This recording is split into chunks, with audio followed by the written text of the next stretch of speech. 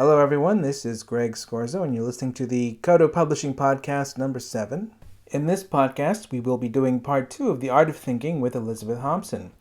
For those of you who don't know, Elizabeth is an activist who has worked with Justice for Men and Boys, as well as the website A Voice for Men, and she is a writer, gender equality advocate, individualist, and libertarian. So in this podcast, we'll be discussing the middle-class snobbery of the left, abortion rights, the compatibility of pro-life politics and sexual freedom, the term toxic masculinity, gender inequality in physics, when political protest becomes bullying, the relationship between feminism and traditional gender roles, the tendency of feminists to bully men for not being masculine enough, the idea that we are too intolerant of women, the new conservatism, the politics of marginalisation, and the responsibility of men to make women feel comfortable.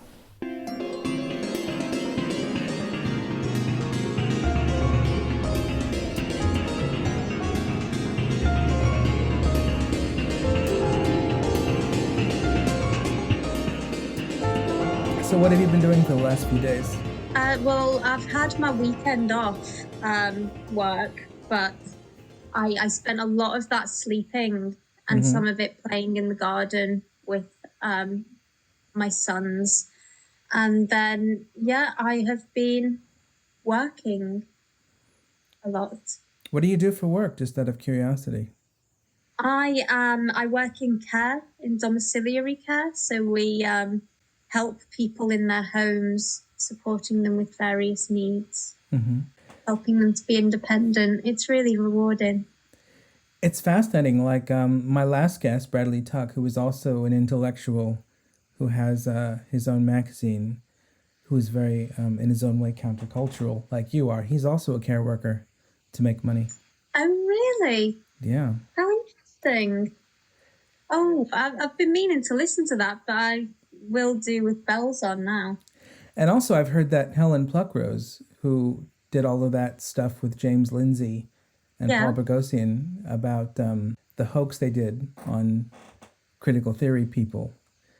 I've heard that she's a care worker as well. Oh, I had no idea. I've actually met her.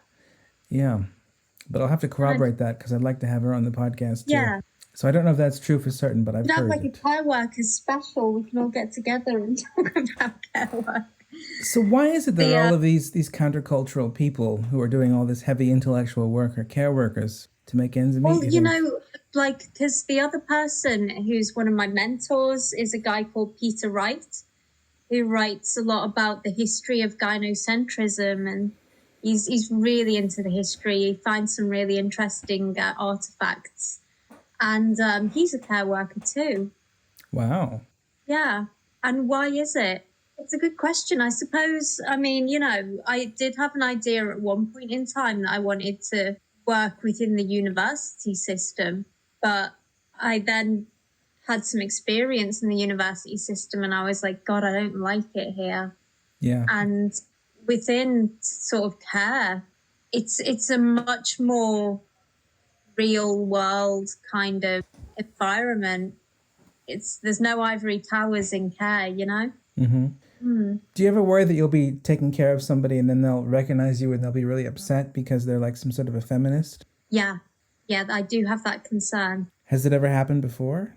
No, it hasn't. And actually, I mean, not everybody who I've worked with, but a lot of people who I've worked with or do work with, I get into some quite deep and meaningful conversations. And they're generally, quite on board with what I'm saying and find it to be, a reasonable position to take, which, is not what would happen to me in university if I started talking to my co-workers about what I thought, is it?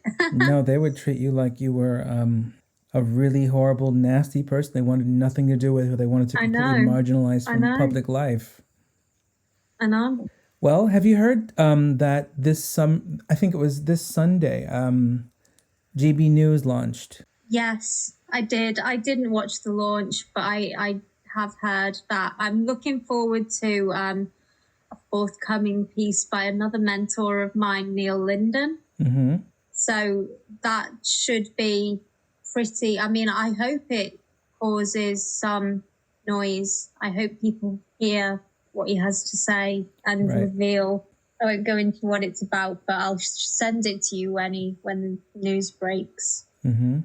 So do you think GB News, for those of our listeners who don't know, there's this new network TV channel in Britain that basically is positioning itself as, on the one hand, not the British equivalent of Fox News, on the one hand, more objective than the BBC, but on the other hand, kind of rejecting the BBC's woke ideology. So it's perhaps conservative by default. But the question is whether or not this is A, a good idea, and B, if it's any good, despite the fact that it might be a good idea. We don't really know yet. Yeah. I mean, I think it's definitely a good idea, and I'm not entirely. It's not entirely clear to me that it's going to be what you could call a traditionally conservative outlet. Mm-hmm. Neil Linden certainly is not a traditional conservative by any stretch of the imagination. He calls himself a tribeless libertarian, and I think that suits him well. And I have fairly high hopes for a fairly consistent output of quite good quality journalism, and I like to think that I maintain an open mind. And so some of my favorite, one springs to mind. One of my favorite articles that I've ever read is actually in The Guardian. It was from The Guardian. Mm-hmm. And there's no irony there. Most of what they put out, I think, is not very good. But you never know where a really good piece of journalism is going to spring up and be published.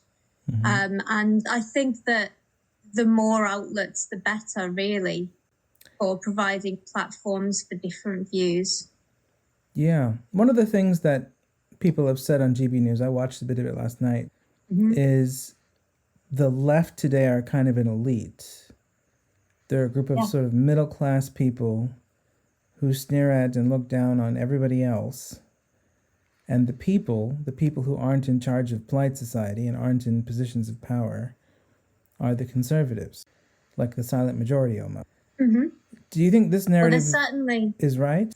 Yeah, I mean, they've certainly been voting conservative of late. And who is it that, I mean, I think if you look at the sort of polling, you do find that working class people tend to actually agree with positions that are more socially conservative than, wealthier people.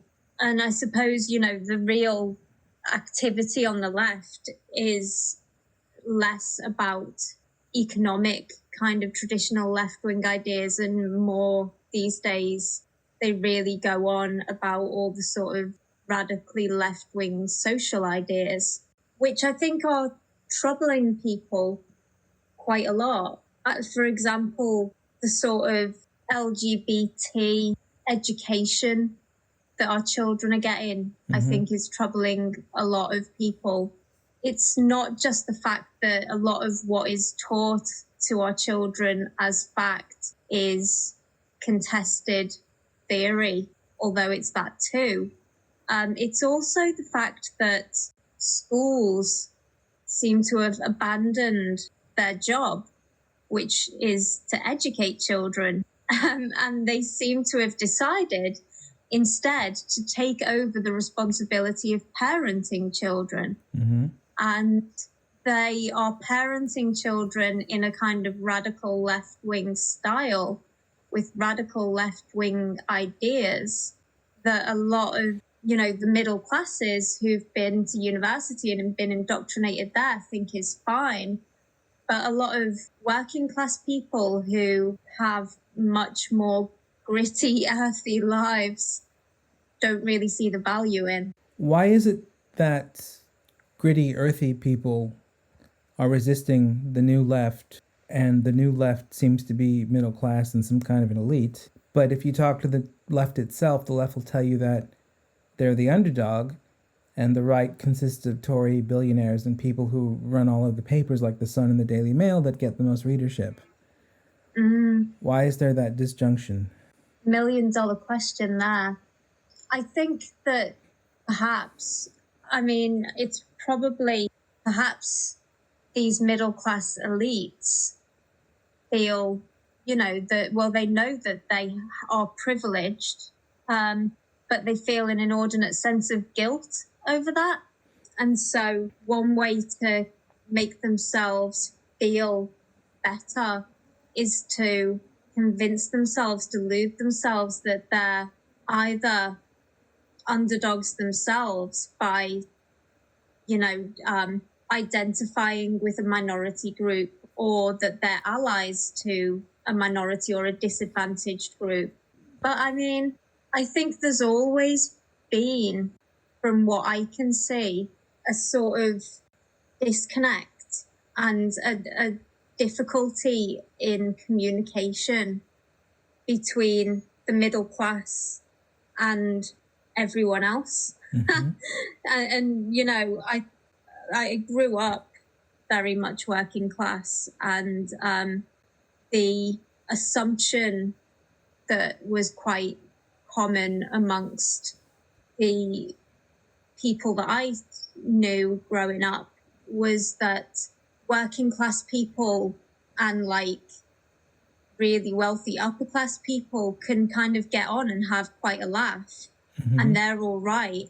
Right. Whereas the middle class, who my great grandmother used to call the nice people, with a little hint of irony, they kind of look down on the working class, but then they envy the upper class. And it's very interesting, because I see it as either a delusion, Mm-hmm. or as a potentially, for some of these kind of left-wing elites, as a tool that they use deliberately, this identification with the working class, apparently, even though they seem to despise the working class. But yeah, it's a way of trying to legitimize their power grabs. So do you think when left-wing people say they want to help working class and poor people that they're being disingenuous? I think some are. Not all. Mm-hmm.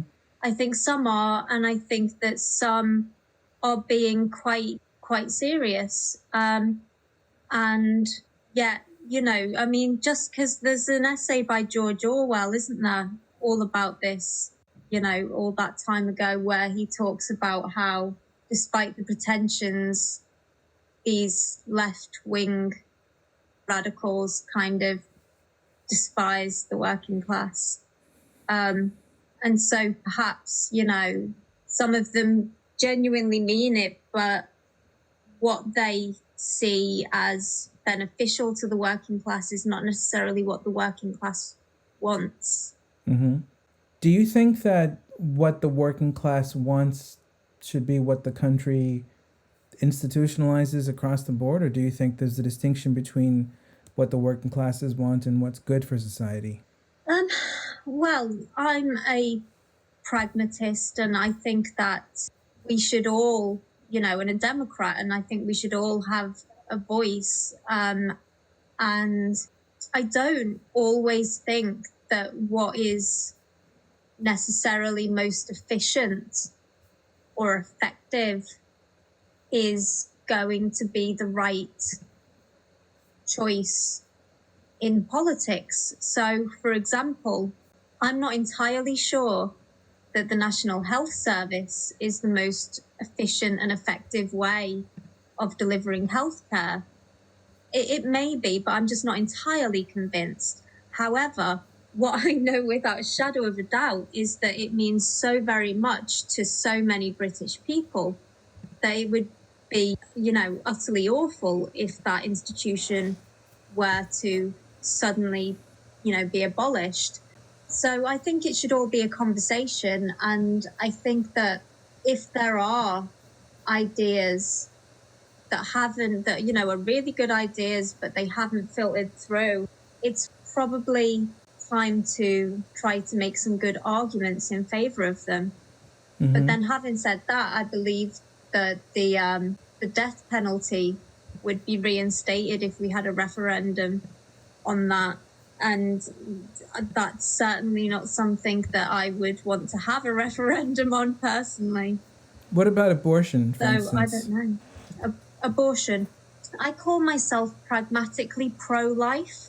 Mm-hmm. So I do think that it's an evil to kill an unborn child for no particular good reason.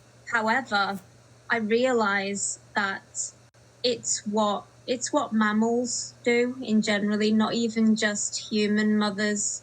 Mammals across the animal kingdom kill their young when they're not able to look after them, or when they're not convenient. It's a sort of sad fact of life. And so I do think that although I would prefer less children to be killed in that way, if we were to, say, abolish abortion, it would lead to women opting for risky kind of backstreet procedures, which would be significantly more dangerous. I do think that there are things that we could do to encourage fewer abortions. So I'm all for it requiring the procedure, requiring consent from two doctors.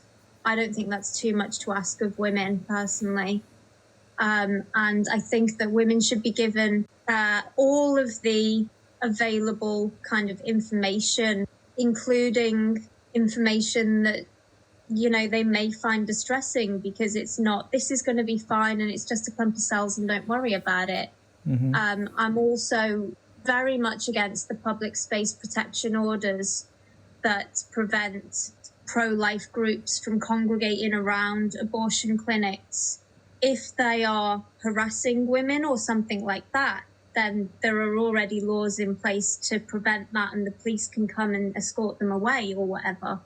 But what you find, although in newspaper articles they'll report that these pro-life groups were harassing women, is that actually what these pro-life groups do is they stand quietly, often praying outside the clinics with placards and leaflets offering women financial support, housing support, therapy, and all kinds of resources if they will choose to keep their child rather than abort them. And you will also find that when these public space protection orders are granted, there are a whole lot of women who, you know, young mothers who were about to abort their babies and then changed their minds because of the intervention of these pro-life groups. And thank God that they did. And also, I mean, the public space protection orders, to go off on a tangent, are just horrendous. We should get rid of them entirely. They're also used to prohibit homeless people from sleeping outside of supermarkets and stuff like that. There really should be left-wing kind of kryptonite, but the left-wing seem to love them when they're preventing pro-life activists or advocates from standing eyeball to eyeball with the people they want to influence. So does your pro-life pragmatic position depend on not making a moral distinction between a baby on the one hand and a fetus or embryo on the other? Yeah, I make no such distinction. Okay. Is that because you believe that embryos and fetuses have souls? I mean, that's a bit kind of spiritual for me. I just see in a bump a potential for a meaningful life. Okay. Do you think in a similar way it's wrong to masturbate and prevent semen from finding an egg? Gosh, no, absolutely not. But we're talking about, you know, semen and an egg that have met and have formed, you know, this bloody magic that creates life. Interesting. So would you say that even something that is so tiny that you can't see it has a right to life if it's a product of sperm and egg having already commingled? I would say that they would have a right to life, yes. Whether it's a right to life that should be, beyond a mother's right to choose is another question.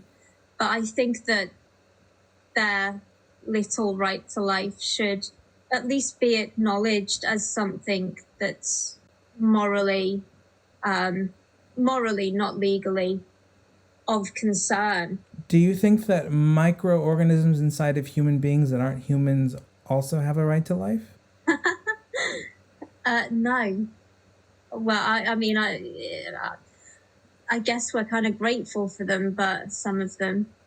Certainly, if you mean something viral or something, certainly not. So is your view then that the right to life is not dependent on having any kind of cognition?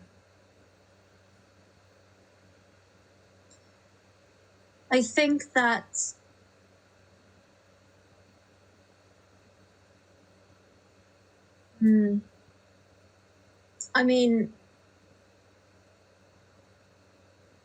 essentially, yes. I don't think it's dependent on having any kind of cognition. I do think that it is less cruel to kill a fetus younger before they can feel pain and all of that. I think it's less cruel, but I don't think there's a real moral difference, however old. Interesting. So are there other rights, do you think, that fetuses have apart from the right to life? Are you sort of getting at like the right to not be poisoned with alcohol and substances or something like that? Is that what you're getting at? That could be some of the rights, yeah. The other rights could be things like freedom of speech or freedom of religion or freedom, all kinds of freedoms. Yeah, I think freedom of religion is a particularly pertinent one for what I do, and not in utero, but, for the newborn baby boys who are mutilated with the marks of their tribal culture or religion. I think they should have a right to choose their religion. And if they want to inscribe that faith on their bodies in that manner when they are of age to consent, that's fine. But I don't think that should be chosen for them. And, I suppose rights like freedom of speech are inalienable rights. So yes, I suppose in theory, atheists would have a right to freedom of speech, but I'm not sure they get the best use out of it.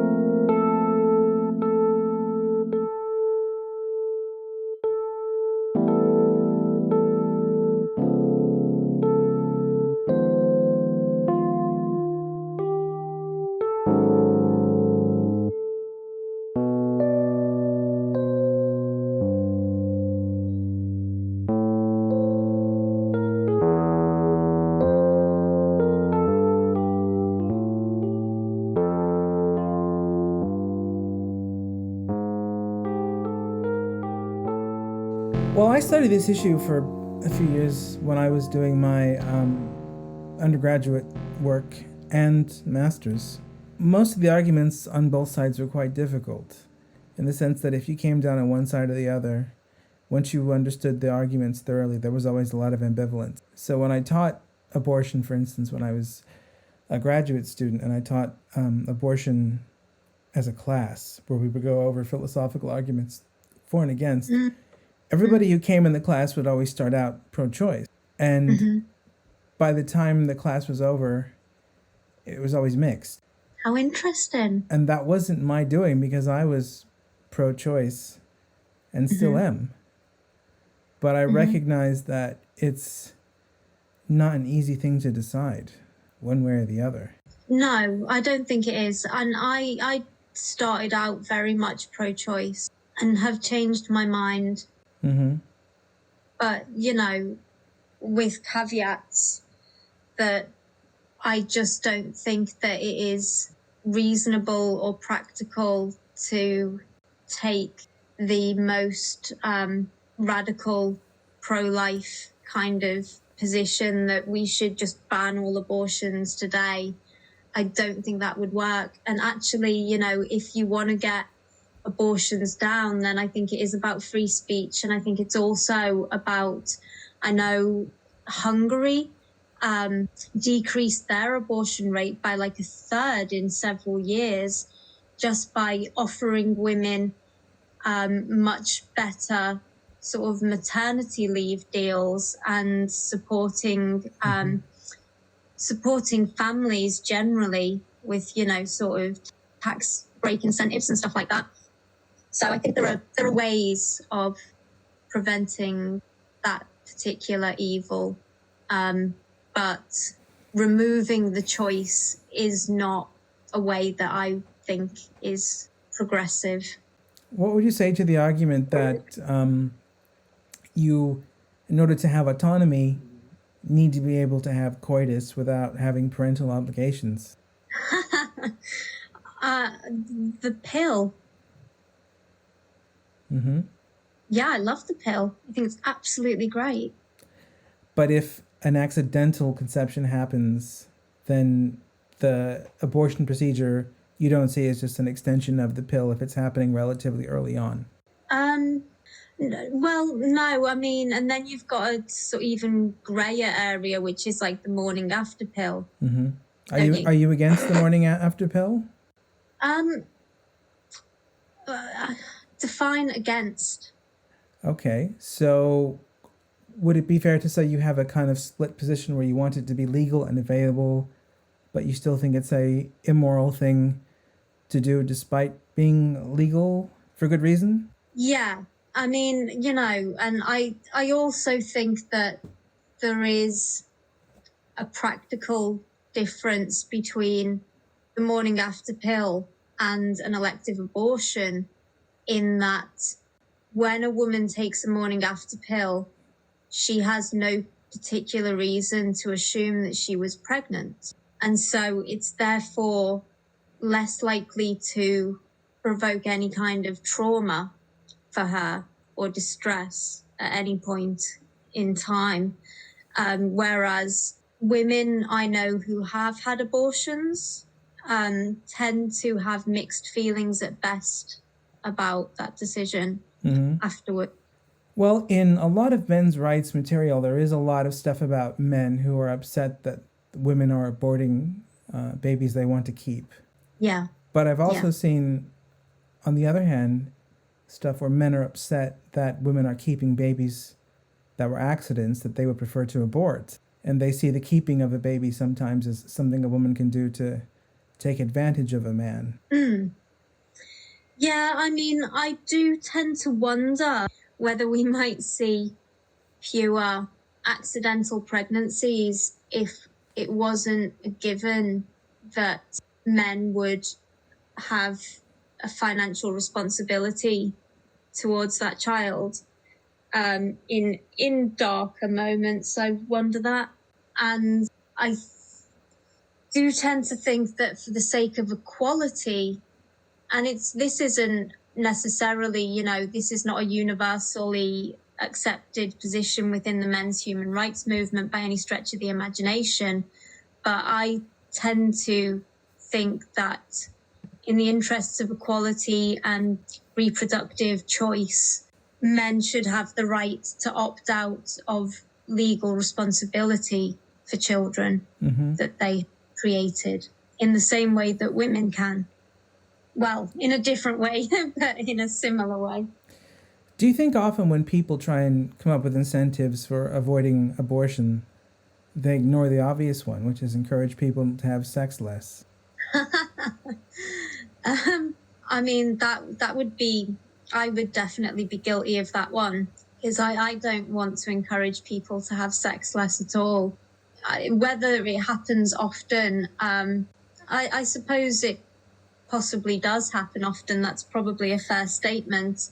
But I think that it's such an integral part of many people's human experience. And we have so many ways of preventing abortion whilst still having as much sex as we want, that I don't think we should necessarily deprive ourselves of this transcendent pleasure. Well, sometimes it's transcendent.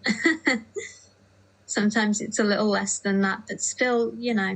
Would you advise couples to mutually masturbate and kiss before they decide they want to have children? Is that rather than having sex? Rather than having coitus, yes. No. Would you? Well, if I was pro-life, I probably would. I see what you're saying. It's an option, I suppose. But no, I would recommend they use the pill, man. Okay. But isn't that kind of encouraging them to do something that would put them in a situation potentially where they would either have to have children they don't want or abort, neither of which are positive outcomes? Wouldn't the thing that would make them most safe and most capable of having children when they wanted to, as well as orgasms, is just to tell them mutually masturbate and don't put a penis in a vagina unless you want a baby to come out of the other end?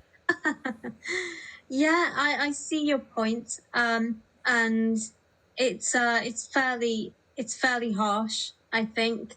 But I suppose it's not like I feel that when you ask about, whether I am against someone masturbating and spilling their seed where it is, barren ground, whether I'm against that. I don't think that, I don't believe in any kind of deity who is wanting to do things with our gametes or anything like that.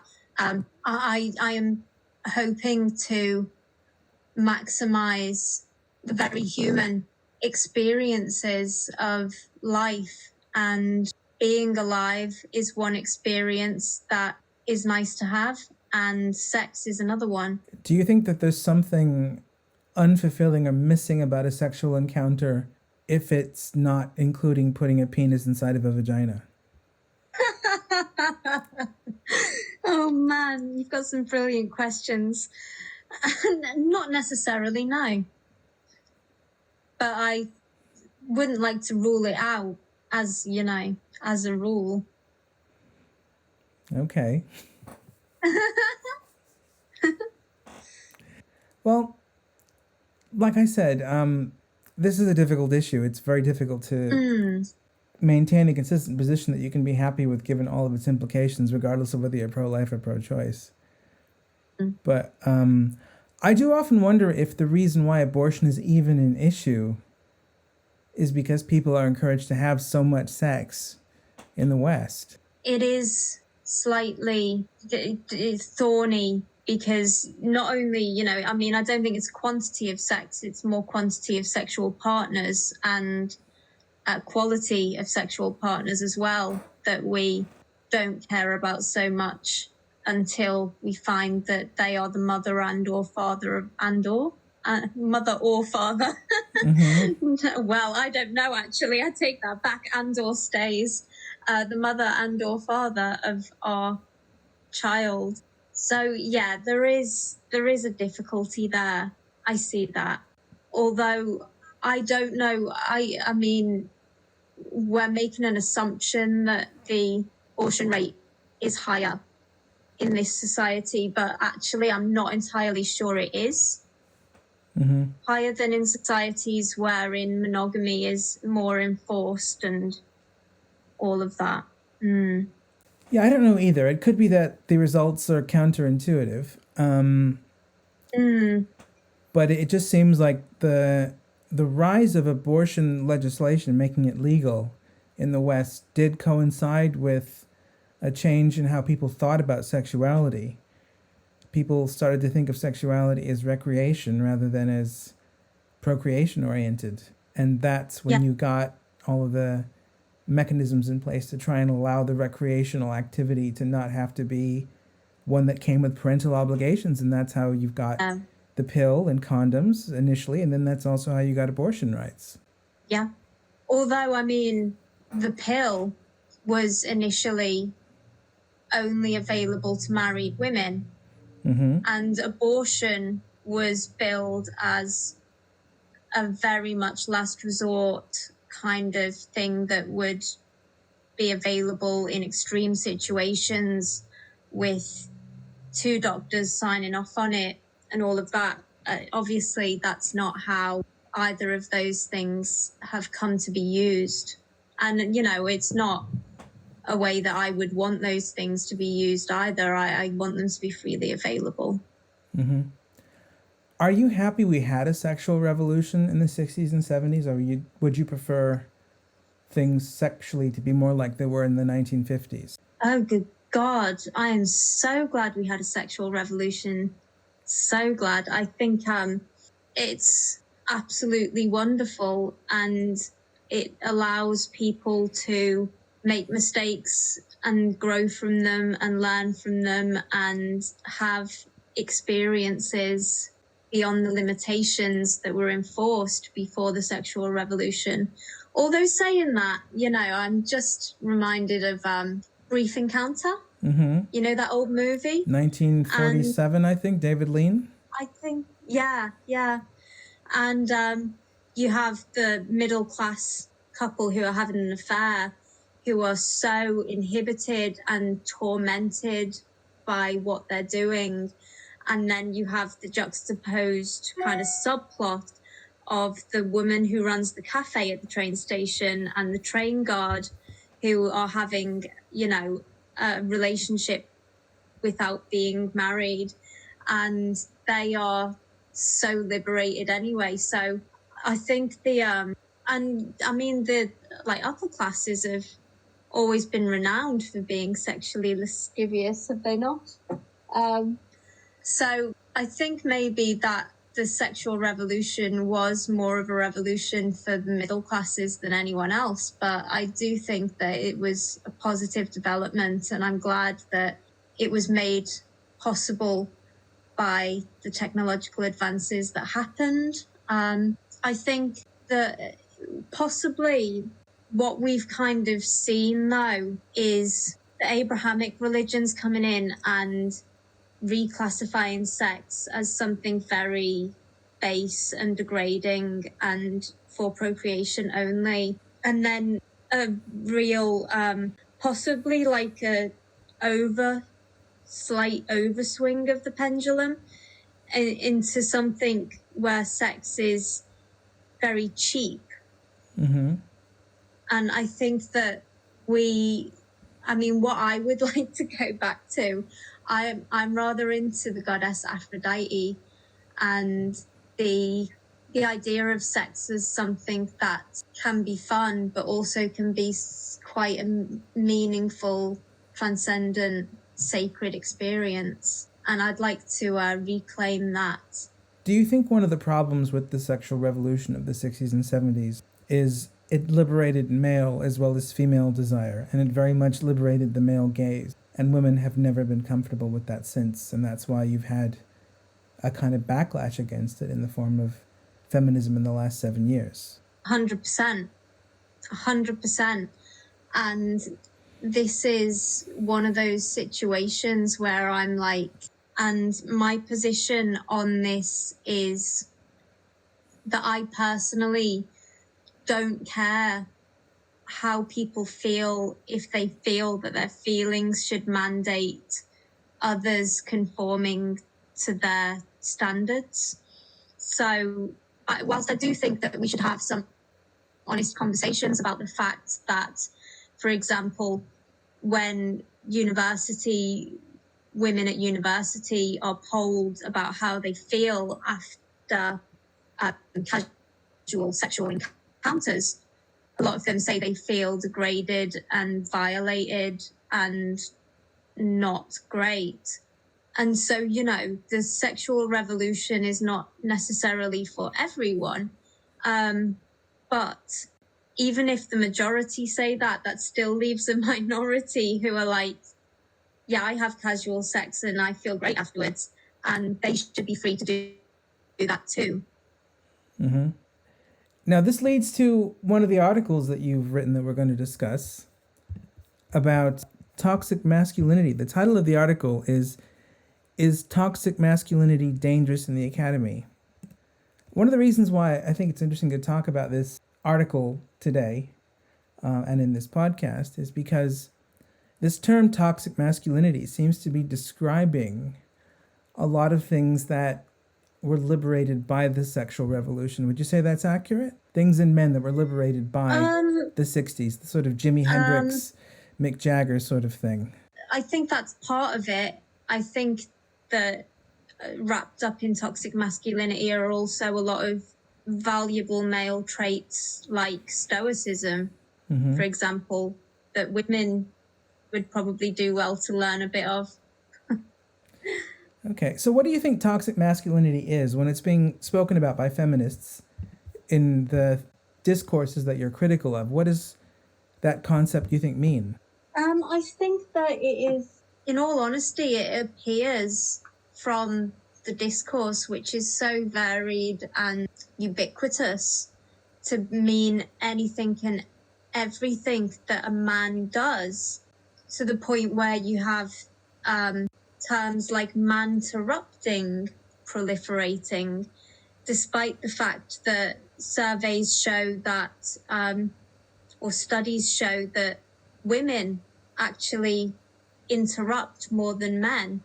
The difference is that when women interrupt, it's seen as a friendly engagement and enthusiasm for the conversation, whereas when men interrupt, it's more likely to be perceived as rude. Why is toxic femininity not raised alongside toxic masculinity in this conversation? Well, it is in the men's human rights movement, to be fair. I'm not convinced that either toxic masculinity or toxic femininity are useful. I think that we're very much more the same than different. I think the main differences between men and women are like the treatment we receive and the responses that we receive to similar behaviours and the expectations put on us. One of the things that you've written in this piece is, quote, historically, men have dominated in the public sphere, and they've created the greatest civilization ever known, to the point where we women have been liberated from the private sphere and enabled to contribute to further progress, unquote. I was wondering what you would say to this objection, that all of that may be true, but it's still not fair that men were dominating the public sphere and women were basically second-class citizens who were expected to be subservient to men. So all of the good things that men did for women in constructing the society were irrelevant because the women were treated like second-class citizens. What would you say to that objection? Yeah, I reject the idea that women were treated as second-class citizens. Women and men were treated differently. But they, seem to have a fairly even distribution of privileges and disadvantages based on their sex. We're past that now, and I think we should have gratitude for the men and women who worked so hard and with limits that we couldn't imagine dealing with. To build the society we have today. I think we should look back with gratitude. Don't look back in anger. Why do you think women had less rights than men? Yeah, in the areas that women did have fewer rights than men, there was certainly prejudice. There was certainly prejudice in there, and that's on the historical record, with women being assumed to be less stable and naturally capable. But, in other ways, there was often elements of a protectiveness towards women. So, for example, women lost the right to work down coal mines at some point. I forget exactly when that was. But, that was entirely about the death rate down coal mines and the fact that people didn't want women to die. Voting-wise, there was... The history of voting is sort of very patchy and not at all linear. What you can see if you look back at historical artifacts is like advertisements aimed at women, like in women's periodicals and places like this, that are put out by political parties and politicians, attempting to convince women that they were good candidates, so that women would go and talk to the men in their lives who were assumed to be voting on behalf of their families, not as individuals. So would it be fair to say that you think the primary reason why women had less rights as men is because men had more responsibilities than women? Well, the primary reason was because women are childbearing, and so it was not efficient in an age before the technological kind of advances that we enjoy these days. It would not have been efficient to have women in many of the kind of sectors that they were barred from. And,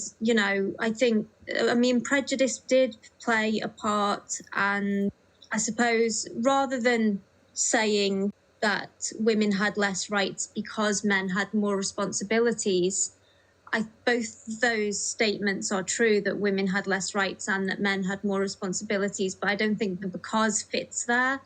I would say possibly that women had less rights and men had more responsibilities because the fundamental group unit of society then was not the individual, but was the family. So the difference between you and feminists is feminists would say that the entire reason for the division of labor in the past at all was nothing but pure prejudice against women.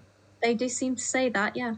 So one of the other things it says in your piece is, quote, "And now men are under attack from gynonormative sycophants who either can't or won't pursue equal opportunities, treatment, or rights for men and boys, and illiberal feminist sociopaths who remain a minority of the population at just 9% in the UK, according to Fawcett, yet enjoy a disproportionate power to influence the great and powerful," unquote. It's spicy. Yeah. What would you say to the objection that all of the power imbalances in Western society have always been set up to favor men at the expense of women, and all these people that you call sociopaths are trying to do is just tip the balance to create equality? What would you say to that? I mean, that would be true. They are trying to tip the balance in order to create equality in many instances, but it's equality when it suits.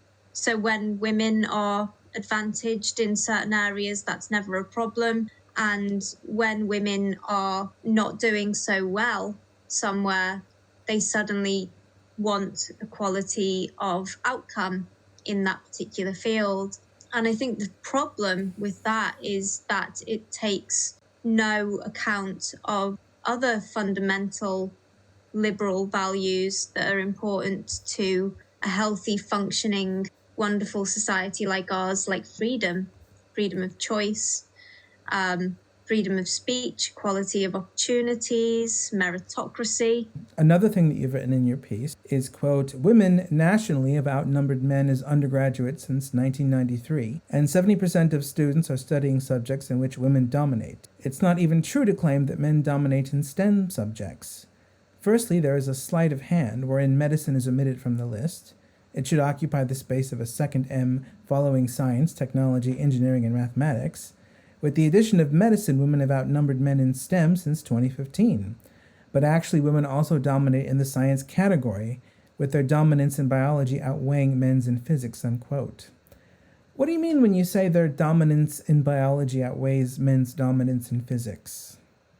I mean that I forget the exact proportions, but the proportion of women, the greater proportion of women in biology is more than the greater proportion of men in physics. Oh, okay. Does that make sense? Yeah. Okay, so what would you say to this objection? That all of that may be true, but it misses the point, because the point is to get women equal to men in every field. Well, there is a lot of money to be made in the assumption that only men are qualified in this field, i.e. physics. Well, we have been pursuing since, and it says it in my article, since 1995, women have been being hired, promoted, and offered fellowships and funding in physics with less than half the number of citations of their work than men have when they are hired, promoted, or offered fellowships or funding. So this is not a new and sort of radical proposal. This is what is already happening.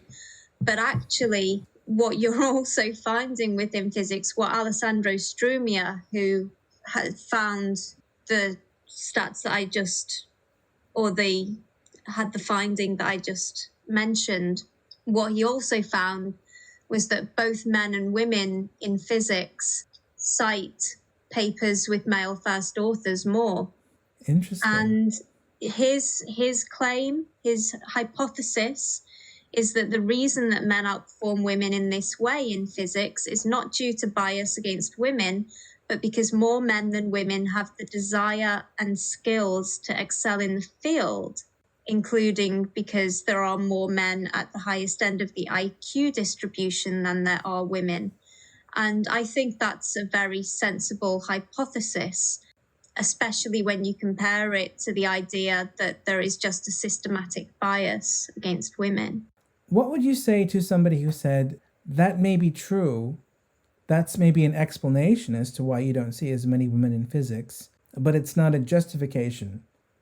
Because we wouldn't say that, for instance, a race having on average lower IQs is a reason to see less of them in science. We would say that if one race is in physics less than the other, that's some sort of a systematic racism problem. So analogously, we should say the same thing about gender, because IQ doesn't justify less women in physics.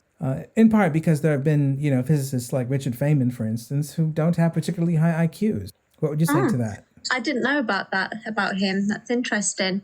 But I would disagree with the idea that if there are racial disparities in any given field, that's a problem. The NBA has racial disparities, I believe, but nobody says, we need to positively discriminate in favor of short white men, do they?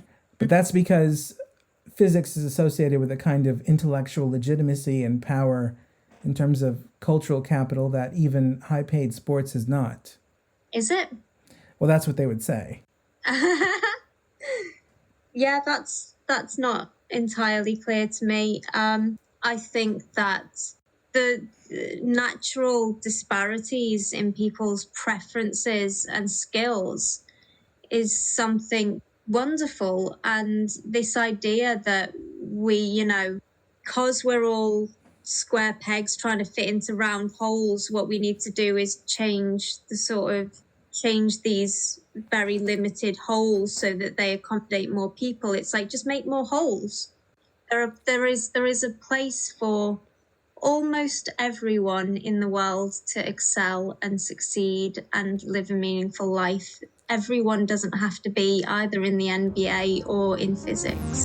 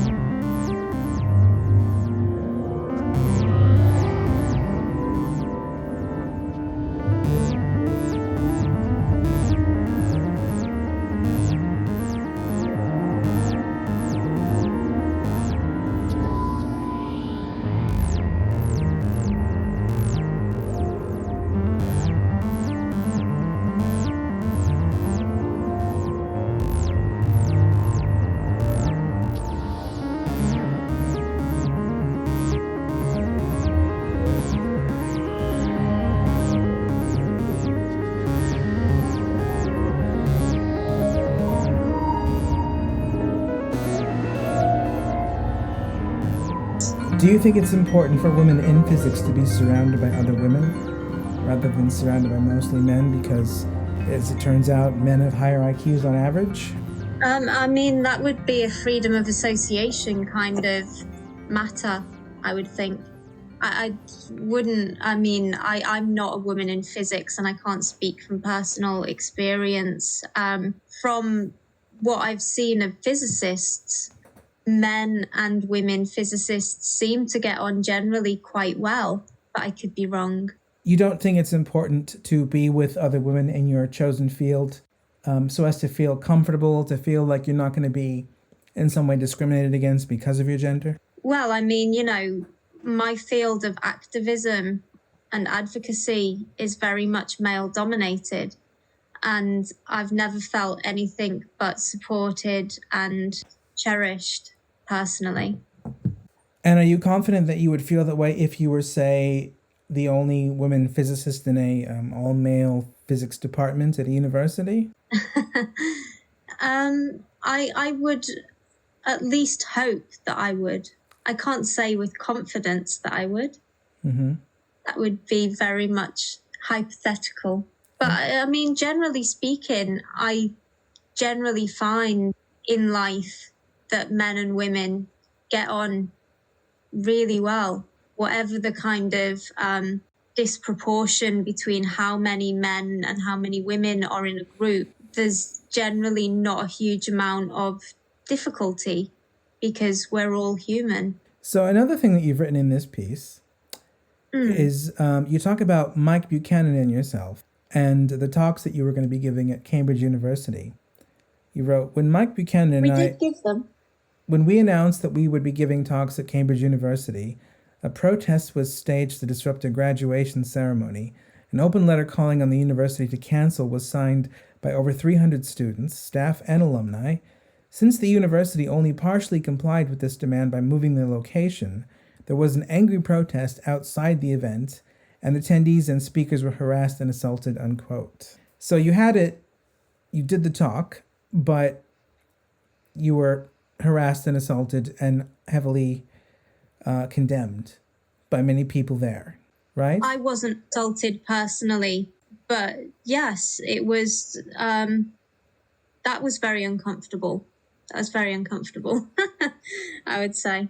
What would you say to someone who says that was just feminists exercising their right to freedom of speech and the right to protest, and you shouldn't write about it as if it was a negative thing because it was the exercising of important fundamental rights? Well, I mean, when they all crowded round one of the attendees and his son and started shouting in their faces and intimidating them and ended up assaulting them, I don't think that's justifiable. As far as the protest sort of outside is concerned, with their pots and pans and all of that and their placards and their chanting that there are many, many more of them than us, yeah, that's absolutely free speech, and I completely condone and encourage that.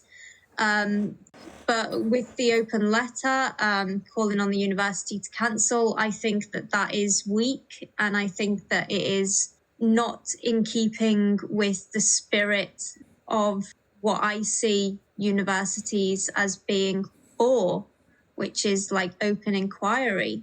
Okay. What would you say to somebody who says that the reason they were doing these things to you is because they felt deeply threatened by you? They hope you don't exist. They want to marginalize you as much as possible and intimidate you. And given the right to protest and freedom of speech, they have every right to do that. Every right to do what? Which exactly? Everything that they did, they have a right to do either because of protest freedoms or speech freedoms. What would you say to that? I would say that perhaps there are some, I mean, you know, the assault on the attendee was not lawful. That was unlawful behaviour. So they obviously don't have the right to do that because their rights to freedom end where another person's body begins. And the same with threatening people so that they are justifiably distressed and fearful for their safety. I mean, the first part of what you said about them feeling the need to intimidate and marginalize me, I think that's why they did what they did. I absolutely think they should have the right to protest. I just think that it's lame for university students of all people who should be intellectually courageous to be calling for deplatforming. But, you know, the university responded fairly. The reason they actually moved us from the room we were originally booked to be in was because they realized that there was going to be a racket and there would be people revising near the room that we were originally booked to be in. So, you know, they moved us somewhere where the protest would not bother anyone else. And I think that's a laudable decision that they made there. So what would you say to somebody who says, when you describe the assault, you're describing the assault as if the collective of protesters did that rather than a few individuals who broke the law? And you're lumping the feminist protesters with these lawbreakers who assaulted someone. And you shouldn't do that because that's a kind of discrediting tactic to discredit a legitimate protest. What would you say to that? I think that's a fair point. And actually, the other point I would make is that when I say the assault, there was actually two. I'm discounting the milkshake that was thrown over Mike earlier in the day, which that was perpetrated by a young woman who was with a photographer from the university magazine. And then when we arrived at the event, there were two more women holding a sign saying milkshake those misogynists. So whether in fact it was entirely, you know, the assaults were entirely individual decisions or they were more collectively accepted is a question, but, you know, that's conjecture. And so I think it's fair to say that the only people who should be held responsible are the perpetrators. Do you think it's okay to think of protest and freedom of speech and political action context as really just about throwing a tantrum until the other side gets scared and gets, you know, cowardly and does what you want? I mean, there are so many ways to protest. And some of them certainly fall under the bracket you've described. Some don't. Like, for example, the pro-life groups who congregate outside of abortion clinics and pray and give out leaflets. You know, I don't think it would be fair to say that that's what they do at all. I think it is more of a feature of what you describe is more emblematic of the kind of radical left style of protest. Mm-hmm. Well, it feels almost like in our culture, when people think of protest, they think of that. They don't think of quiet people with a placard being peaceful. So when they want to protect protest, they want to protect the scary tantrum more than they want to protect the quiet placard people. And yet it's the quiet placard people who have public space protection orders levied against them and the loud tantrum people. But do you think that there's something fundamentally wrong with this idea of protest as tantrum rather than protest as trying to change hearts and minds, let's say? I think it is fundamentally very sad if that is how people perceive protest. It's not how I perceive protest personally. Because it almost seems like if that's what protest is just a way of bypassing conversation and debate and scaring people into doing what you want. Yeah, that is an interesting point, and it's certainly something that we picked up on in the last discussion when we were talking about the Me Too movement. Mm-hmm. You know, that's so clearly a protest moving seeking to scare people into acting within the limitations that the Me Too advocates want to enforce on people. It's difficult to justify protest protections, in my mind, when the concept of protest becomes more and more synonymous with tantrums that scare people into doing what the activists want. I want people to have the freedom to protest things they don't agree with. But if all protests amount to are really threatening public gestures, I'm less sympathetic to legal protections for those threatening gestures because I don't think I respect them, to be honest. I don't respect that as a means to try and create social change. It seems like bullying to me. No. Yeah. But I mean, I think that a lot of the really kind of threatening elements of the kind of protests, the kind of tantrum protests that we're talking about are actually illegal. You know, it is actually illegal to harass people. It's illegal to vandalize things. But I think that there is not necessarily an even-handed response from police when it comes to policing protest. Especially if one of the protests is associated with the right and the other is associated with the left. Exactly. Yes, we talked about this on my podcast with Karen Herendeen. She thinks that the police have a bias where they attack basically right-wing or right-leaning associated people much more vociferously than they do left-wing, even when the left-wing people are much more terroristic in their activities. I think she's spot on. Yeah. So you end the piece by saying, quote, "The problem is not toxic masculinity. The problem is that feminists have weaponized our instinctive hypercriticism of men to popularize narratives of male malevolence and to exclude the actual prevalence of male virtue, which aggravates the empathy gap so that male underachievement is accepted as a non-issue, so that men who do achieve academically exist in a precarious position of privilege that can be taken from them for any perceived slight to the sisterhood, so that the search for truth, rigorous empiricism, and excellence are becoming secondary goals to achieving a myopic form of, quote, social justice, unquote, purely for girls and women in the academy, unquote." Now, one of the things I wanted to ask you about this ending of your piece, I was wondering if you'd thought about this. Do you think that the real toxic masculinity is this innate need in men to want to protect women, even to the point where it becomes totally irrational and they're creating a sexist society that throws other people like themselves under the bus? No, because I think women think the same. Women have a preference for women too. So I would say you can't really call it toxic masculinity when it's a universal feature of human beings.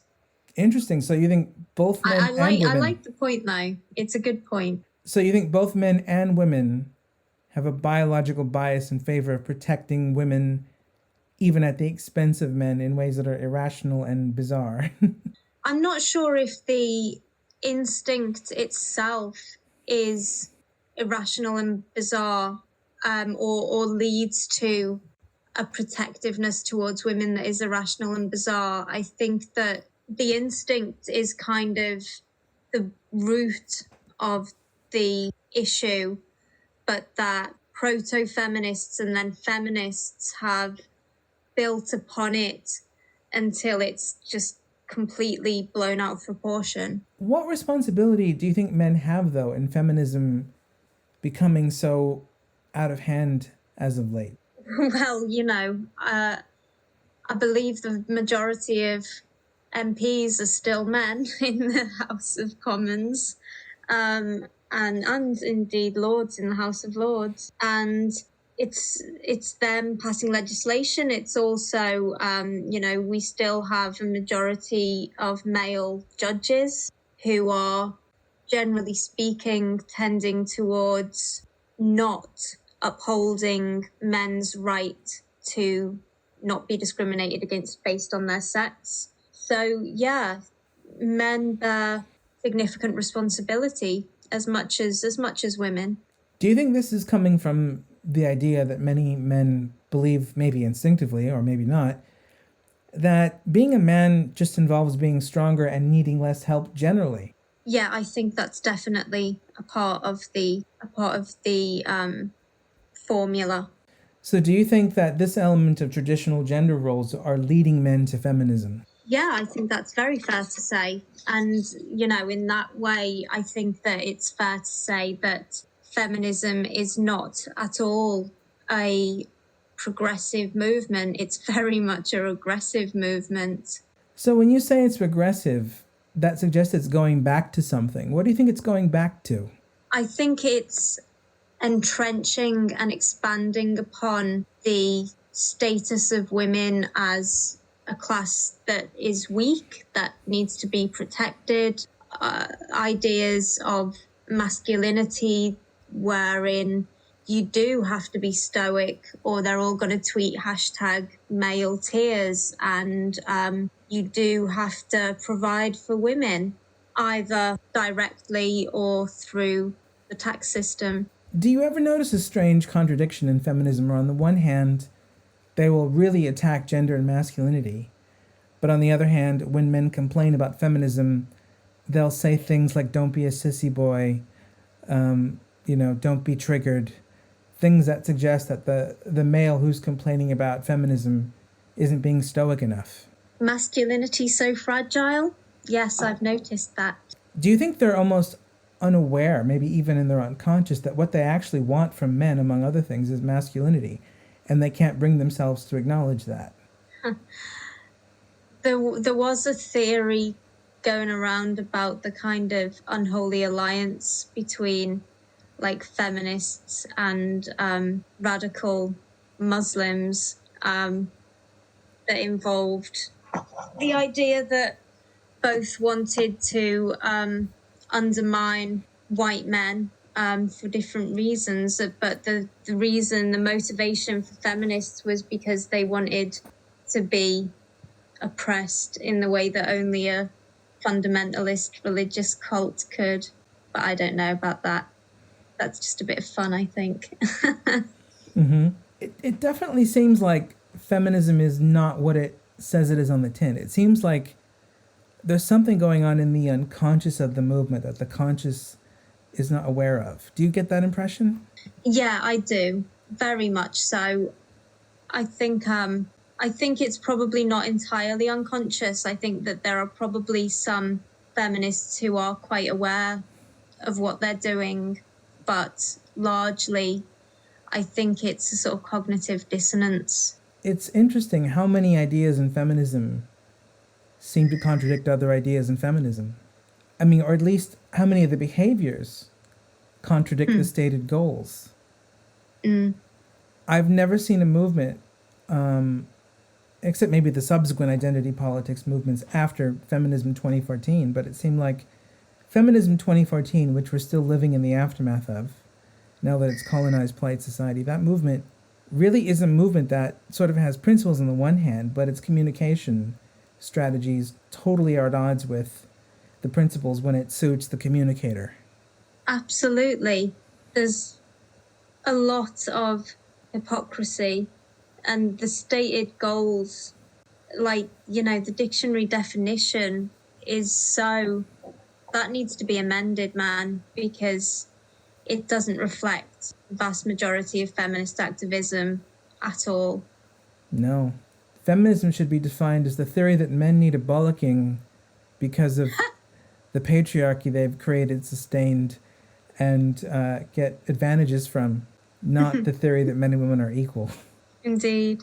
I think, for me, some of the most fascinating examples of feminism recently are things like TV shows where a female writer or producer writes something that seems like it's kind of related to feminism vaguely, but not quite. And then she says she's a feminist, and then the whole TV show is spoken about as though it's a show about how we need to be more tolerant of women, even though in the TV show itself, the main character is quite a fucked up woman.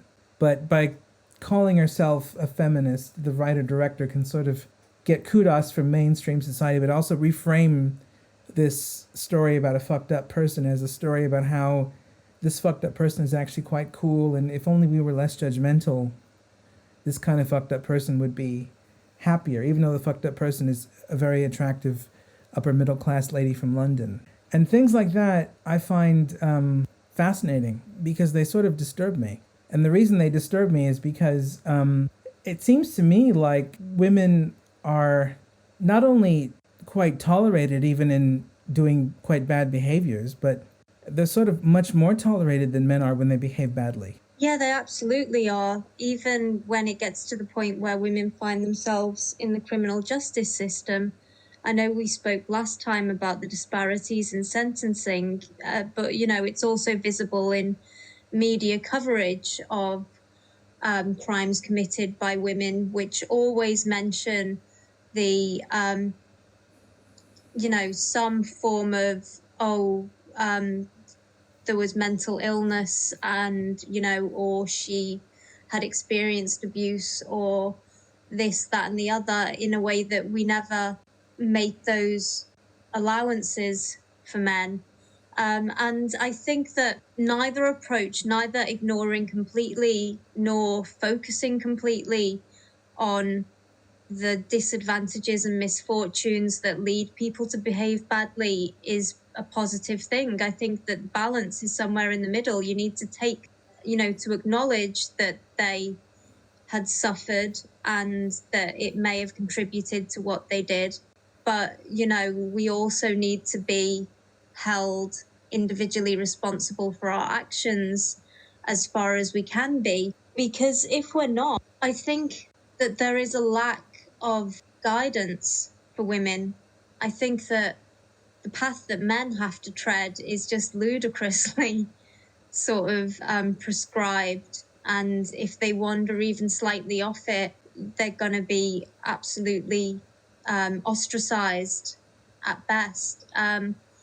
But for women, there is no guidance on what the limits are, at what point you stop being a good woman. Yeah, I mean, because the TV show I'm describing is about a woman who's constantly putting other people down, and a woman who slept with her best friend's boyfriend before her best friend, I think, had an accident where she was killed.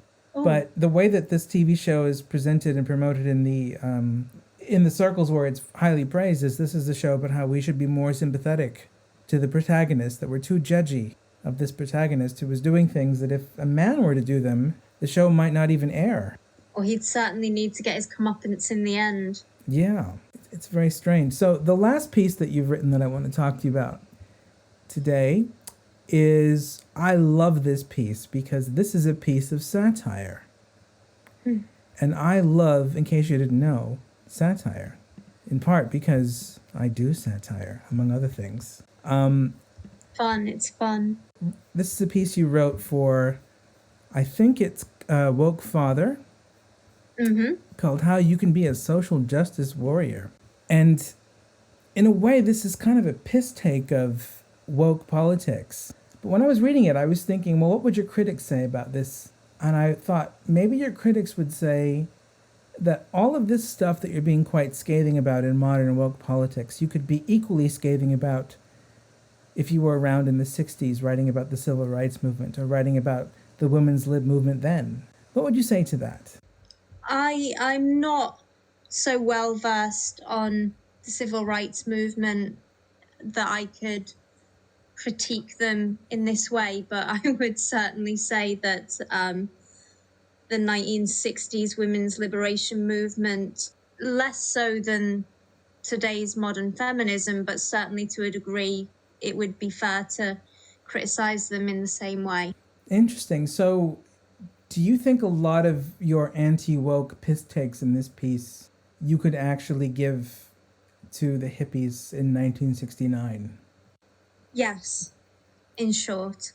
I think that there is a slight distinction to be made because the hippies in the 60s were responding to some elements of our collective lives that did need revolutionizing, and they often did so with open minds. Unfortunately, I don't think it took very long for those minds to calcify. Mm-hmm.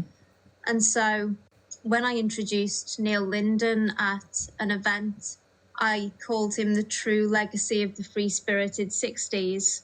And, you know, I romanticize that era. It's an era from which a lot of my musical collection originates. Mine too. Yeah. And some really exciting, wonderful things happened.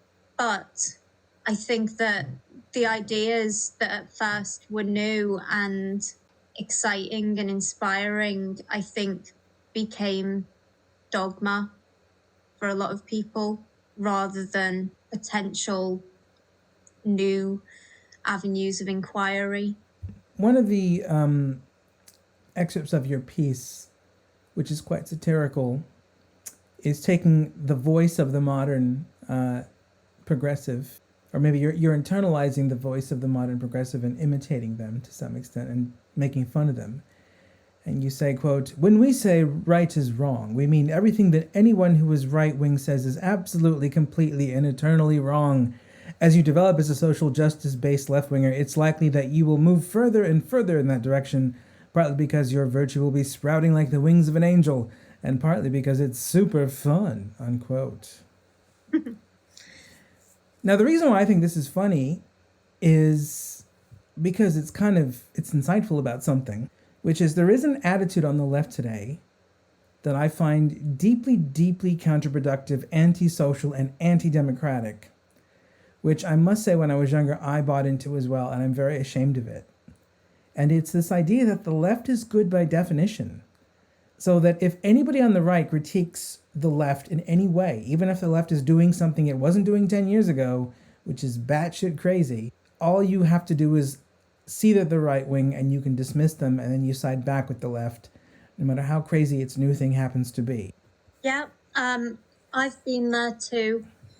And it's a very sad state of affairs, and it's very Hunger Games-esque, which is why I mentioned it being super fun, because it is this hunt for the latest villain or right-winger. And in fact, you see many traditional left-wingers and centrists labelled by the radical social justice left as right-wingers, which is nonsense by any kind of reasonable definition.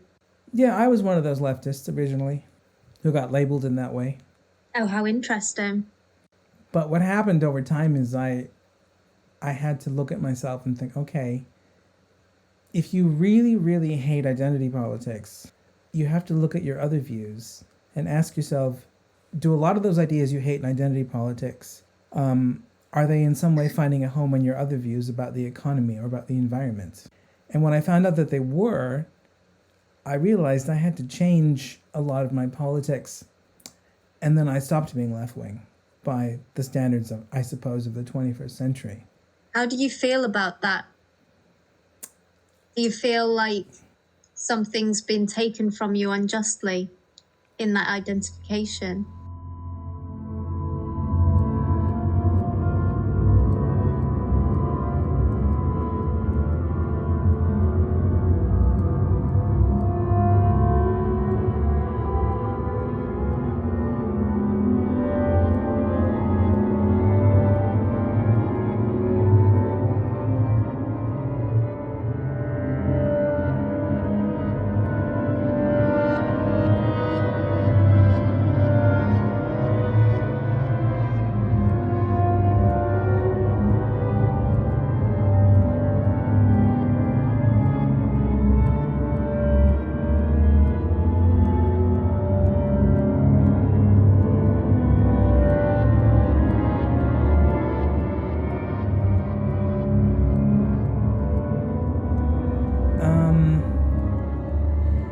Well, it's a difficult question to answer because I do have, as I've said, some left-wing views that persist. I'm pro-choice and you're not, and I'm pro the welfare state. I debated the Randians defending the welfare state the other day. So a lot of the people on that channel who hate me think I'm some sort of leftist, and I'm not really, because in other respects, I think it's better to have a free market economy rather than a completely regulated economy. I'm only left-wing on the welfare state. That's kind of my only left-wing view about the economy. Most of my other views are either left-wing in a way where no one's really talking all that much about them. Like, I'm against the death penalty and I'm in favor of the decriminalization of drugs, and I'd like a more peaceful foreign policy. I'm not against gay marriage, that sort of stuff. Amen. Mm. But outside of those things, I'm mostly either centrist or libertarian or conservative. And I would say probably the majority of my views are either centrist or libertarian or conservative. So if I'm honest... Although the views that you espoused a minute ago, you know, many of which I wholeheartedly agree with you on, are significant. You know, even if the majority of views you hold are centrist or right or conservative or libertarian, those views that you mentioned about decriminalising drugs and keeping the death penalty out of Britain, you know, they are very significant issues, I would say. Yeah, well, I mean, but the way that I feel now is those things don't kick you out of the right the way that rejecting identity politics kicks you out of the left. Yeah. So when I was defending the welfare state a couple of days ago with Yoren Brook, I was defending it, I felt, from within the right, trying to change the right to make it more open to that, rather than coming in from the left and trying to destroy the right. So I self-identify as being a part of the right, even though I have a mishmash of different views, because I think what most of the views have in common is a need to preserve things and make things more efficient and be against people trying to radically destroy and deconstruct everything. There's a conservative thinker called Bill Whittle, who I've watched some of on YouTube, and he had the most beautiful comment that he made once, which was that conservatism is the conservation of liberal values. And if that's the definition, then I am absolutely all for being a conservative. Yes, what you just said is definitely how I self-identify. I want to defend liberalism primarily against its attackers. And if I can do that successfully, then I would like to take other people who are similarly minded and open their minds to things that are maybe a little bit more left-wing than they're used to, like universal basic income or like universal health care in the US and things like that. I would like, I think what in the 21st century would be probably classified as a very nuanced conservatism that can take on some left-wing positions, but something for which is still, something that's still pretty conservative by the standards of today. Do you think that the left wing as it is today is helping to further any of those left-wing ideas? They might be with regards like universal basic income. That's the only one. But I think aspects of the right in this country might be interested in that as well, because this government is so into free money. And I have a lot of problems with this government too. It's not just Labour I have a problem with. I think the Tories are the lesser of two evils, but the Tories do plenty of things I disagree with. But generally, I just feel like there's a community of people that I'm interested in chatting to. And what we all have in common is we are rebelling against the modern left and trying to preserve things that people are trying to take down. And we have differences about how liberal or how conservative we want to be on all of our positions, but it seems like the main thrust of what we're trying to do is to band together against, first, identitarians, and then secondly, anti-Western people, and then thirdly, authoritarians, which have become not just all of the left, but all of pop culture at this point, except for a very small handful of exceptions. Yeah, absolutely. And I do have hope. I think that there are some really valuable conversations starting to happen. And, like I mentioned in the last podcast, that I have a lot of hope for Gen I coming up through the ranks. And I think that they are going to be engaging with a lot more of these nuanced long-form discussions as compared to sound bites on national news programs and the like. And so if there is any chance of us building a stable, secure society that maintains the things that work and fixes the little edges and nuances that need a little bit of, fixing, I think that now is the time. I mean, in a weird way, there's some political differences between us even, I can tell. Like, you're obviously pro-life-ish, and I'm pro-choice. And I think I might like the welfare state more than you do, but I still feel like we're sort of on the same side of the spectrum in the 21st century.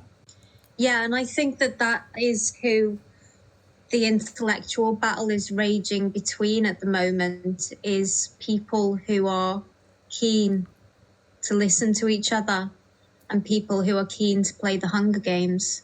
And speaking of the Hunger Games, one of the things that you've done in your piece, which I quite like, is you've actually advocated a list of psychological attitudes on behalf of progressives that you think they would advocate if they were conscious of what they were doing.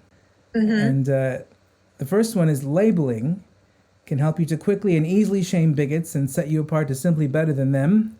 The next one is selective abstraction can help you to zero in on the one significant factor in a complex situation to find the bigotry. The third is magnification can help you to see the real significance of factors that escape the attention of laymen by blowing them up to a scale where they can be properly scrutinized.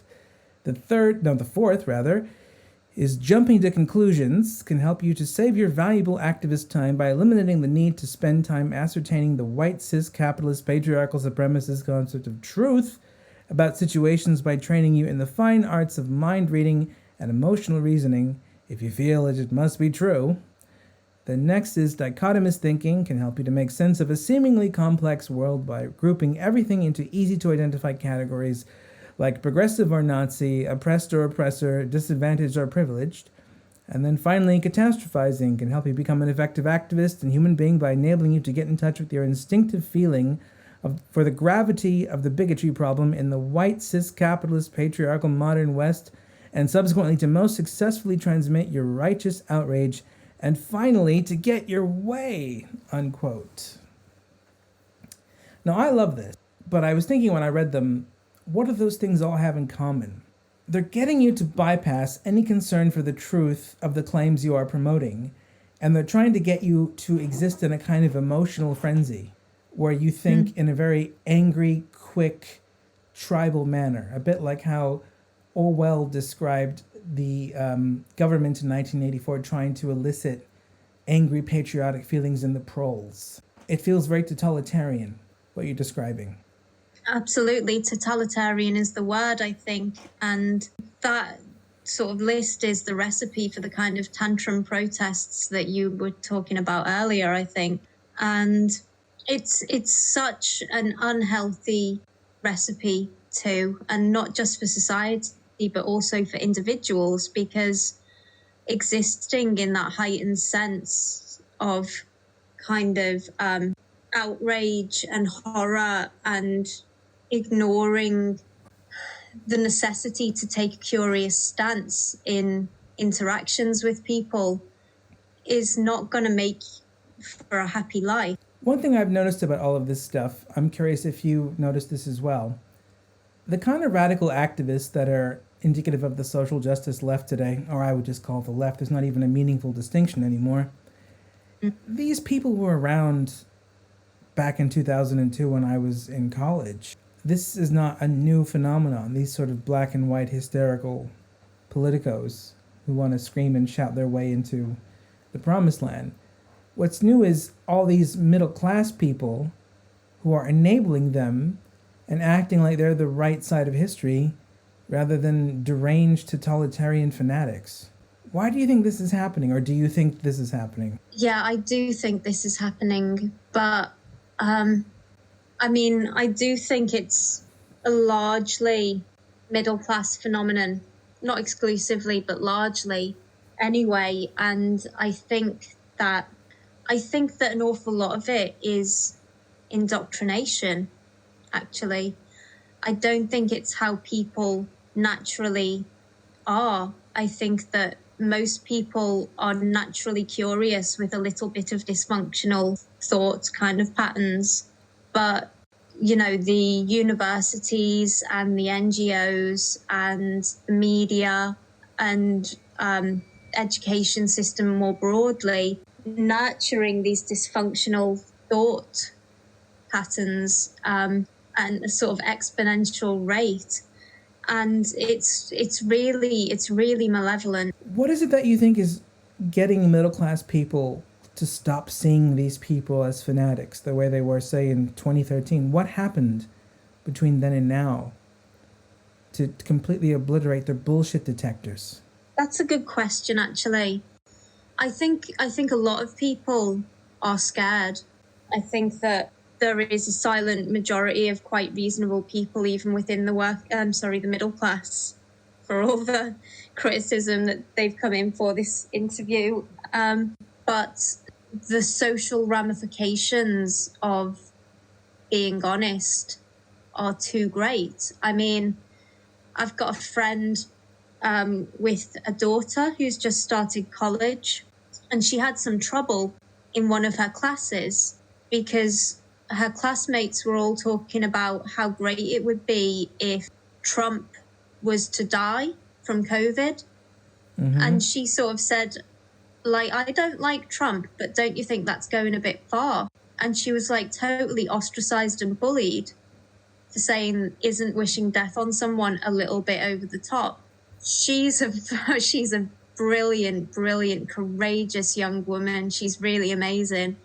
And so, she's not going to be scared, but perhaps there were other people sitting in that classroom who were thinking the same thing as her, but seeing that thought, vowed to never open their mouths like she did.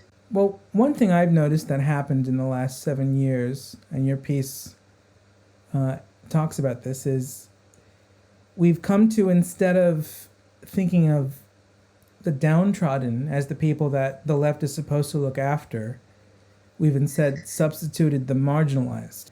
And you write in your piece, marginalized groups suffer terribly from censorship in white, cis, capitalist, patriarchal, modern Western societies, so social justice warriors do prioritize their voices. However, social justice comes complete with an ever-expanding list of oppressed groups, and you may be pleasantly surprised to find yourself accommodated in one. If you don't, try using your social justice imagination to invent a new form of oppression. There are bound to be many like you who don't even know they're oppressed yet, but would be grateful to you if you could wake them up to the fact that they are. Unquote. Now, what this seems to be taking the piss out of is the fact that rather than thinking of the oppressed as the people who can't eat, or the people who are suffering on the streets from drug abuse or whatever, or people for whom the system can't accommodate in some way because they can't get their benefits checks, or they are suffering under unjust conditions in prison, or they're working under horrible wage laws or whatever. Woke is about seeing the downtrodden in terms of people who just are unusual. Anybody who isn't in the dominant demographic group, anybody who isn't a straight white male, is oppressed and sort of deserving of victim status. And I've always thought instinctively that marginalization should never have been seen as any kind of injustice, because we're all marginalized in an infinity of different ways, because you can split our identities in infinite ways, and we're all in some way outside the mainstream. So why say that people outside the mainstream are oppressed? Yeah, and it's another sort of really unhealthy way for individuals to view themselves, I think, in previous to now. Maybe, in the sort of 80s and 90s, there were some really cool subcultures of really fierce individuals who were not in the mainstream and didn't want to be. And isn't there a kind of mainstream exceptionalism that says, oh, you're only a valuable, valid person if you're part of the mainstream, so we need to open the mainstream up to include all of the marginalized people, which is, it's not something that's possible, is it? Or we need to, make the mainstream more like marginalized people. So we need to promote the kind of minority identities so that more people take them on so that they can be more mainstream. And it's like, whatever happened to the sort of rebellious attitude? That's what I miss. Well, it seems like what happened is, by talking about the minorities and the marginalized as though they are the underdogs who need promotion, we've implicitly denigrated and disparaged anybody who isn't a minority. And that's why within the left it feels like the population comes at the very bottom in terms of prioritization, and minority groups come at the top. Yeah, it's completely, there was a pyramid and there were marginalized groups that had less of a voice in society. But rather than trying to equalize this pyramid and these groups so that people do all have an opportunity to have their voices heard and an opportunity to hopefully have their needs met, we've just inverted the pyramid so that the marginalized groups have this, infinitely loud voice, and the majority of people are being sidelined and sidelined and sidelined. Yeah. Well, I mean, there's almost like a lot of discourse in which they're portrayed as privileged in virtue of being the majority, bigoted, narrow-minded, wanting to exclude minorities, being the beneficiaries of technologies that they should feel guilty for, like industrialization. And it's almost like, we want to help you with benefits if you can't get a job, but if you have a job, you should feel guilty because capitalism is horrible. And there's a real weird disdain for what most people seem to want when they exist in liberal capitalist societies, and they get jobs and they climb the class ladder, as it were, and get more money and become healthier and live longer. There's almost like a guilt about all of that, that the left seems to be, again, unaware of. Yeah, I think they probably are quite unaware of it, which is sort of ironic given that they capitalize on it so very much. It's like the fact that everybody, bar very few people, are against sexism and racism. Mm-hmm. And so the left weaponizes that instinctive opposition by throwing these labels at people because they know that people will be horrified and that might just shut them up.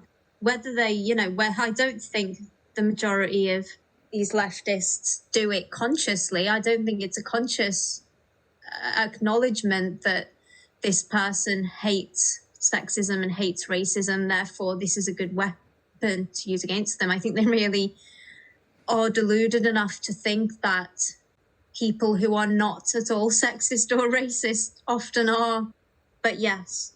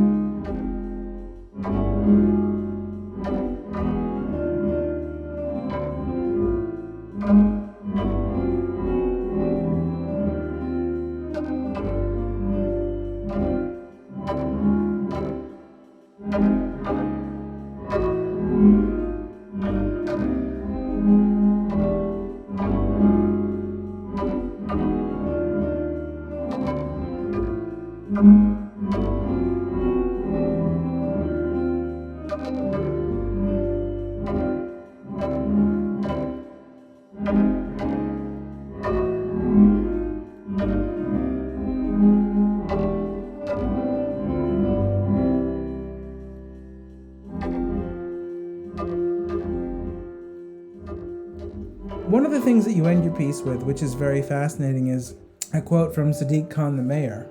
And it says, "Every woman and girl should be able to feel safe, whatever time of day, whatever they wear, and wherever they are in our city. It's not women who should have to change the way they live their lives, it's men who need to change." Now that quote in particular by Mr. Khan is one of the few things from the woke left that really does have me in a kind of turmoil. I don't know if it has you in a turmoil, but it has me in turmoil. Because it's one of those quotes where I would be totally on board with it probably in the first half of the 20th century. But I find it really hard to be on board with it now. Well, actually, I mean, I must admit that quote is an editor's choice. I've never actually seen that quote before until you mentioned it. But I think it's an interesting choice that they made to add it in. And I think, I agree with you that there's a sort of turmoil. I mean, on the one hand, it's absurd to think that every person, whether they're male or female, should feel safe, whatever time of day, whatever they wear and wherever they are in our city. That's, I mean, well, the word should, like, it's a loose kind of word. Like, yeah, I guess we should, but we're not going to. But I suppose what is sinister about it is that we know the kind of policies and ideas that it's going to, those statements like that, as kind of benign as it sounds at the beginning, lead to. And I'm curious what you make of this. I agree with everything you said, but I have a more specific turmoil that this quote raises in me. And that is, if you were to put me back in, say, 1909, when women are wearing ball gowns, and you say, we can live in a world where women can wear pants and maybe even midriffs and skirts or shorts even, and feel comfortable. And all it would take is men would have to rein in their impulses and see themselves as not being given an invitation to harass or upset a woman just because she's showing off flesh. And we could have a much more free, sexually open world if men would rein in their impulses and their kind of disgust and attraction to female flesh and just kind of exist alongside of it. And also they'd get to look at all this eye candy. So there'd be something in it for the men as well, if they just reined in their impulses a bit and acted a bit more civilly around female flesh. I would be happy to be on board with that probably in about 1909, maybe even further decades. But I have a hard time being on board with that now, because it seems like now it would be used like for a beautiful woman in a bikini. She'd walk into like a supermarket in the middle of winter, and then she'd encounter some teenagers who'd be staring at her because they wouldn't be expecting to see a beautiful woman in a bikini. And then she'd get offended and try and get the teenagers punished in some way. And then like she'd tweet something and Sadiq Khan would retweet it under this passage. Yeah, that's an interesting point to make, actually. What exactly does he mean by safe? Because when I read that every woman and girl should be able to feel safe, I think from the threat of violence. But actually, that's not what he means at all, is it? He literally means comfortable. Threat of, he means comfortable. Comfortable and not offended. The threat of discomfort. Mm-hmm. And it seems to me that, I don't know if you feel this way, maybe you don't, and if you don't, that's absolutely fine. I'm curious either way, but it feels like there's all this empathy going towards women because in the past women weren't able to show off their bodies because they were seen as responsible for sexually arousing men. And that was problematic because that created a world in which men kind of created conditions in which women couldn't really show off their bodies. And there was a real deep asymmetry between men and women that seemed really over the top.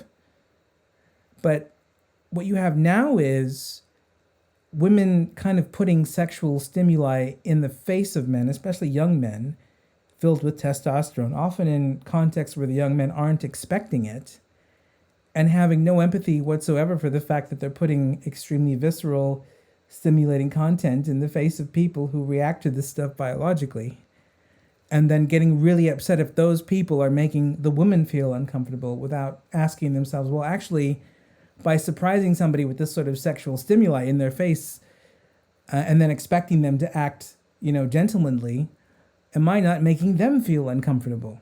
Yeah, I absolutely agree with you.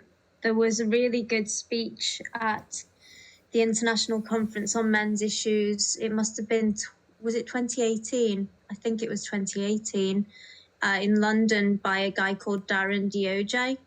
And he talked about how we learn our kind of, learning to navigate and conduct ourselves in the sexual marketplace is a process. And when it comes to young men, we have no sympathy for the fact that they're not going to get it spot on first time and every time thereafter. And I think it's very, very tragically unfair, because how can anybody learn in an environment that's not supportive? Yeah. Well, it just seems like in the name of women's sexual freedom, all that kind of matters is women's comfort. The comfort of the people they are stimulating, with or without their consent, ironically, has no importance whatsoever. And it seems to me like if you want an etiquette where men and women are doing stuff for each other to engender all this freedom, where women can enjoy expressing their bodies and their sexuality and men can enjoy the eye candy of it, if there's that two-way exchange, there has to be a two-way consideration of the feelings of both parties. It can't just be all about the women and their rights and everybody else has feelings that are irrelevant. Yeah, I agree. And I'm all for that freedom for women, possibly within some reasonable boundaries, like, you know, it might not be appropriate to wear that dress to work or something like that. But I would like to see just a little bit more patience, men who respond. Yeah, I don't know if it's patience. I don't know if it's empathy. I don't know if it's deciding not to wear the bikini in the supermarket. I mean, I'm not saying that most women would do that. I don't think they would, but you know that woke activism would get behind a woman who went to her office job dressed in lingerie. Somebody would either say that's not appropriate, or they would make a comment about how she was sexy. She'd get mad, and then Sadiq Khan would be supporting her in some sort of Twitter hashtag. Yeah.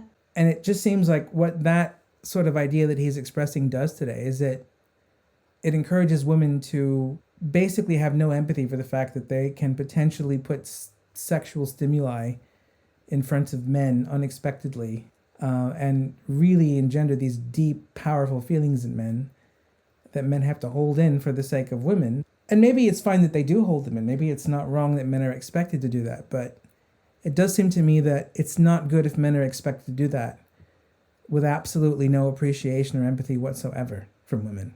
Yeah, that seems fair. But, you know, I also sometimes think, well, maybe if this principle that Sadiq is articulating in this tweet leads us to where we are now, maybe it was never a good principle in the first place. Maybe, you know, we shouldn't have, in the name of sexual freedom, tried to rein in male desire in quite that way. Maybe we should have done it in some other way.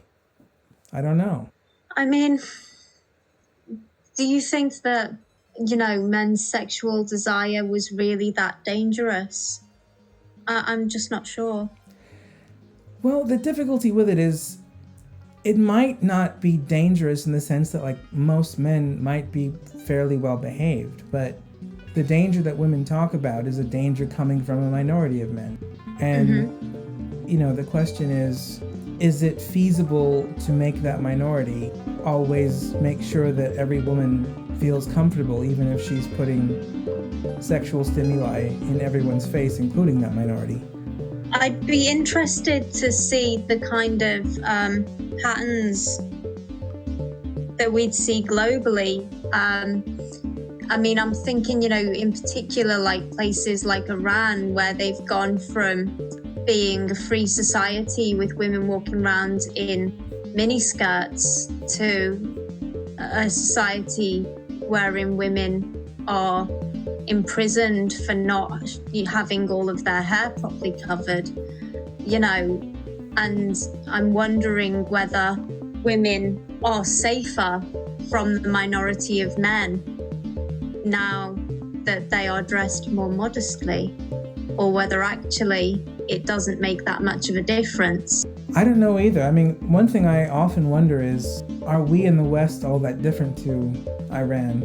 We think that we're so progressive because we allow women to wear crop tops and shorts and cleavage exposing outfits, but somebody who comes from a nudist society wouldn't really differentiate between us and Iran all that much, because we still expect women to wear clothes. It's been so hot today. I was actually sitting on the bus looking out at all the people wearing clothes thinking, are we all insane? It's one of those days where, like, even the thinnest bit of cotton on your skin is just like trapping the heat in. Maybe we should bear all. Well, I mean, somebody who is a nudist could look at us and say, oh, you think you're so liberated, but you force women to wear clothes, because just like a Muslim society, you'd be worried about what men would do to a woman who was naked walking in a supermarket. You're no different to them. Yeah, I have sympathy for nudists. I think that there is a wholesome kind of asexuality in those sort of communities with regards to nudity. So maybe they'd be interested to bring into my hypothetical study. Let's see if men are controlling themselves over there. They probably do more. I would think so. But I think the reason why we have clothes is not purely functional. It's also because we want to keep eroticism attached to nudity. And if you took clothes away, the connection between eroticism and nudity would probably go away too, to some extent. Well, and we'd miss it. Yeah. No, we want our bits to be treats. And if we live in a nudist society, they're not going to be treats anymore. It's true. And I mean, over here, the weather's so changeable these days anyway. It might seem like a really good idea to go out without any clothes in the morning, but you'd probably, by lunchtime be regretting that choice. You'd probably have dirt and rocks and sand in your ass. And that. And also, what shoes go with your birthday suit? I would imagine clogs. Clogs would be best, I would think. Clogs? Yeah. Or white trainers. White trainers would make you look like you were doing some sort of a fitness project. Yeah. That involved nudity. There was that guy, wasn't there, the Naked Rambler? Raised money for charity or something like that. But didn't they send him to prison for public indecency? Or did I just dream that bit? The line between dreaming and reality can get blurry when you're dealing with naked people and the consequences they ensue from society. Oh, too true. Well, Elizabeth, this has been a very fascinating dialectic between us. I've enjoyed it immensely. Thank you so much for having me. So we're going to have over 4 hours of Elizabeth Hobson on Kodo Publishing Podcast. I'm honoured. So have you done a lot of podcasts like this before where you're on for hours and hours and hours? I have never, nobody has ever taken such an interest in what I think. And it's been such a pleasurable exchange of ideas. It's been fantastic. And I absolutely heartily recommend that anyone who's ever offered an invitation to this podcast, they should take it up immediately.